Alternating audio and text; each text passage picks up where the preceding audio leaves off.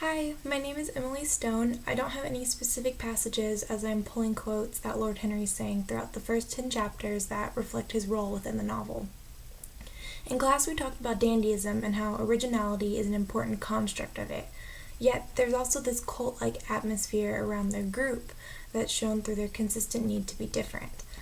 Wilde comments on the role of dandies in society through the aloof yet eloquent Lord Henry. Lord Henry fits immediately into our class definition of the dandy through dressing dapper, he's smoking in the very beginning, he speaks with a lot of refinement, and often the beauty of his voice is remarked upon, and he's never working one day throughout the novel. He's instead going to operas and going to plays, often described as just smelling flowers. Lord Henry goes on to solidify his role by playing into Baudelaire's definitions of dandyism as well. According to Baudelaire, dandies are accustomed to a life of luxury and leisure and are oftentimes expecting obedience from those around them as a result of their indulgent lifestyles.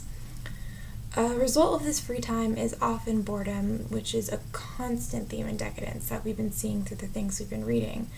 And inevitably, it's going to lead to decline within this novel, and in this case, the decline of the dandy. Baudelaire remarks upon this by saying that the arrival of democracy in England marks the death of the dandy. Wilde also marks on English democracy through Lord Henry, who in Chapter 1 says, "I quite sympathize with the rage of the English democracy against what they call the vices of the upper orders.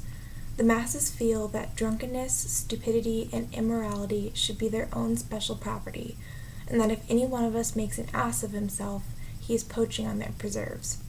When poor Southward goes into divorce court, their indignation was quite magnificent, and yet I don't suppose that 10% of the proletariat live correctly." Lord Henry here is sort of ironically disavowing the English aristocracy because he often indulges in things that the aristocracy indulges in. He is going out to luncheons all the time, as I mentioned before. He also has the ability to skip out on luncheons, which a lot of those of the lower class can't afford to skip out on a luncheon just because they feel like it. He also is differentiating himself from the lower class through this ability to talk about all these things that he can access, yet, as we have often seen through decadence, is providing no ability to solve any of these issues that come up with poverty, but is just continuing to indulge within his lifestyle. But with the bringing of democracy comes capitalism, the chances to choose, a way for the lower class to rise up, and as well as anybody in the upper class to decline and fall down. And with dandyism, you see what Baudelaire describes as men who look like Hercules, but who aren't working, who are just getting everything handed to them. And thus, those men within democracy are inevitably going to be falling if they're not doing any work or providing for the community around them. This brings what we talked about in class more to context, because dandies have this burning need to be originals, and this idea of shocking the upper class while never themselves being shocked by anything. This is evident through Henry's reaction towards Sybil's death.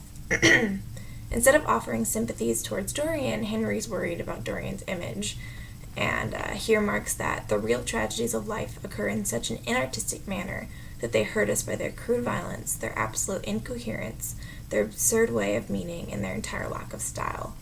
Therefore, without beauty, the art and the plays that are within the book are just imitations, and life is thus pale in comparison, or realism, since, again, Wilde does not like realism. Even love can't really breach these walls of dandyism. Baudelaire remarks that there is no special target for dandies within love, and Lord Henry backs up this point often. Upon marriage, he says, the real drawback to marriage is that it makes one unselfish, and unselfish people are colorless and they lack individuality. Once more, Lord Henry is turned off by the lack of finesse in relationships or real life. Love just doesn't fit into his idea of beauty, and Basil attempts to imbue this idea of beauty and art into Dorian by saying, don't talk about Don't talk like that about anyone you love, Dorian. Love is a more wonderful thing than art.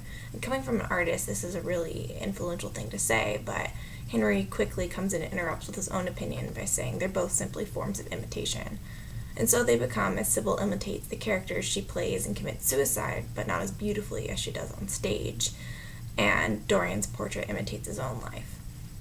Wilde's following of Baudelaire's definition of dandyism shows his distaste for it at points, such as when Dorian's ever influenced by Henry, which is most of the novel, but it also attempts to put forth the ideas of Pater and aestheticism. At the beginning of the novel, when Dorian finally breaks through his innocence and begins to think deeper thoughts, Lord Henry remarks, "Ah, this morning, you have lived since then." Therefore, finally, Dorian understands experience and burning with a gem-like flame, or, as Baudelaire puts it, a latent fire which could but chooses not to burst into flame.